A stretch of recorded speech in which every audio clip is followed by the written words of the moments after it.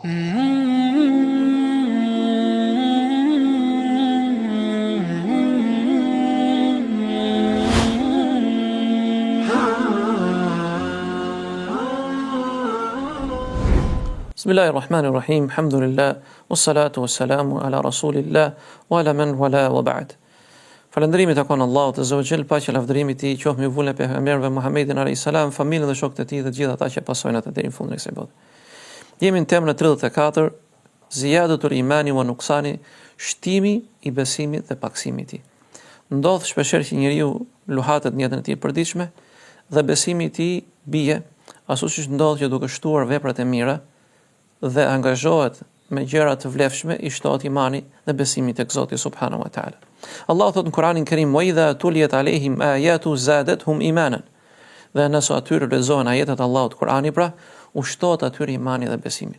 Dhe vërtet kështu është zemra besimtarit dhe besimi i ahli sunetit dhe xhamatit, ata që ndjekin rrugën e profetit alayhis salam, dhe të njohur të selefët, sahabët, tabiinët dhe tabiinët dhe gjithë brezat që erdhën pas, që besimi shtohet me punë të mira dhe paksohet nga punë të këqija.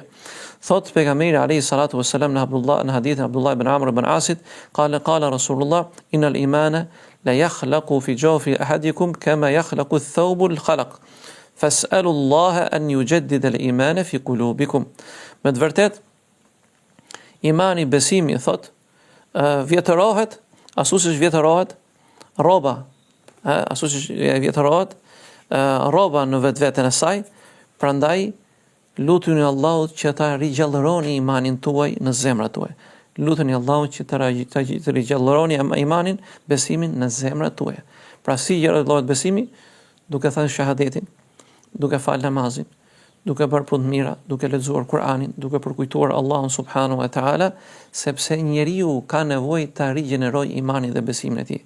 Duke qenë se rutina e përditshme e jetës e çon atë në angazhime të shumta, në neglizhencë të madhe, në lodhje dhe raskapitje, njeriu fillon dhe neglizhon pak nga pak ato detyrimet që kanë ndaj Zotit subhanahu wa taala dhe familjes që na rrisin imanin dhe besimin. Prandaj jaddidu imanakum bi la ilaha illallah, rigjallërojeni imanin tuaj me shahadetin la ilaha illallah Muhammed Rasulullah, duke lexuar Kur'anin, duke qenë korrekt me kohët e namazit, sa të keni mundësi, edhe vepra të tjera që na çojnë imanin dhe besimin dhe ngrisin atë në grada të larta. Lutim Allahun azza wa jall ne fali gjuna dhe gabimet, dhe na bëj për atyre të cilët janë të qëndrueshëm në fenë e Zotit. Assalamu alaikum wa rahmatullah.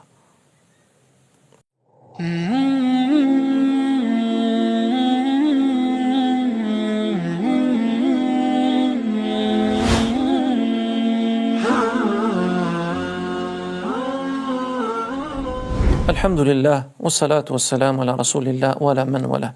Falëndërimi takon Allahut, paqja lavdërimi i tij qoftë me vullën e pejgamberit Muhammedin alayhis salam dhe gjithë ata që ndjekin rrugën e tij. Jemi në kapitullin e 33, bab a'adhama ajru ad-da'wati ila Allah, pra shpërblimi i madh që ka ai i cili thret në rrugën e Zotit subhanahu wa taala. Allahu thot në Kur'anin Kerim: "Ud'u ila sabili rabbika bil hikmati wal maw'izati al hasana." Pra dhe thirr në rrugën e Zotit tënd me urtësi dhe këshill të mirë dhe fjalë të buta.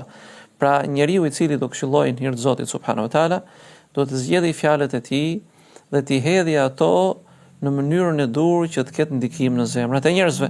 Në hadithin e Sahel ibn Sa'dit radhiyallahu anhu anin nabi sallallahu alaihi wasallam qal: "Wallahi la an yahdi Allahu bihudaka rajulan wahidan khayrun laka min humurin ni'am."